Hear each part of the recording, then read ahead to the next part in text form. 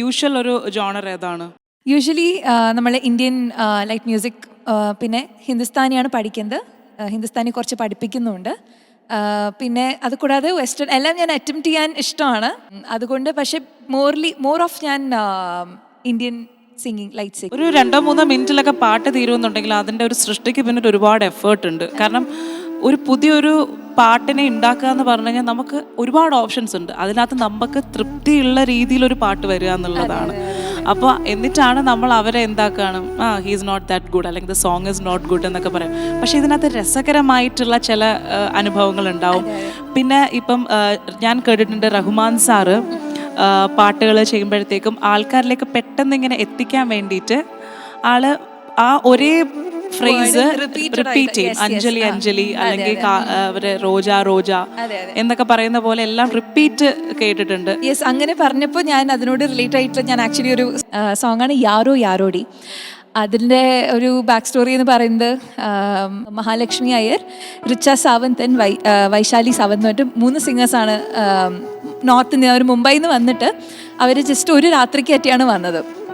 അപ്പോൾ എത്ര പാടിയിട്ടും പാട്ട് ശരിയാവാതെ അവസാനം റഹ്മാൻ സാർ ഒരു റെഫറൻസ് കൊടുത്തു. നിങ്ങളിത് പാടുമ്പോൾ ഒരു പൂച്ച കരയണ പോലെ മ്യാവ് മ്യാവ്, അതാണ് അതിൻ്റെ ആ റെഫറൻസ് കൊടുത്തത്. അപ്പോൾ അതുപോലെ ഈ യാരോ യാരോടി, അപ്പോൾ അതൊരു വെരി ഫണി സ്റ്റോറി.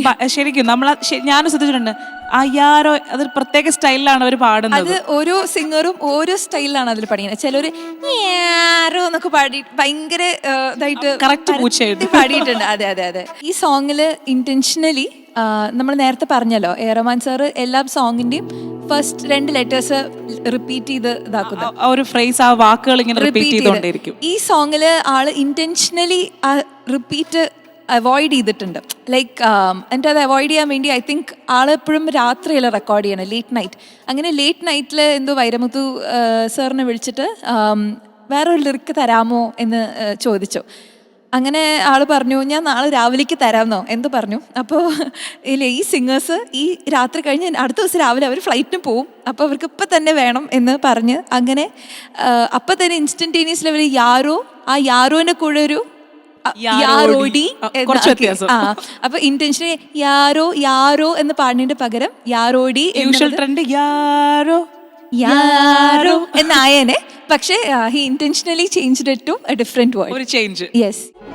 യാരോ യാരോടി ഉന്നോട പുരുഷൻ, യാരോ യാരോടി ഉൻപേ മിർക അരസൻ, ഈഗെ പോലെല വടക ഇന്ദിരനാർ പന്തടക അന്ദ പണ്ണി തെക്കരിപ്പവനോ സ്മില്ല സന്ദന പൊട്ടഴകയെ സാഞ്ചനില അഴകയെ വെള്ളി വെട്ടി കട്ടിയവനോ സ്വല്ല. അല്ല, ശരിക്കും ഈ ഒരു പാട്ട് ഇപ്രാവശ്യം കേൾക്കുമ്പോൾ ആ ഒരു പൂച്ചയെ പോലെ പാടിയത് ഓർത്തു. അതുപോലെ തന്നെ റഹ്മാൻ സാർ എഫേർട്ട് എടുത്ത് റിപ്പീറ്റ് വരാണ്ട് നോക്കിയ കാര്യം ഓർത്തു.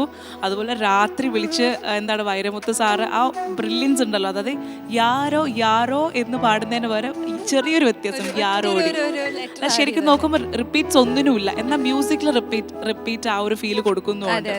അതാണ് ആ ബ്രില്യൻസി അല്ലേ.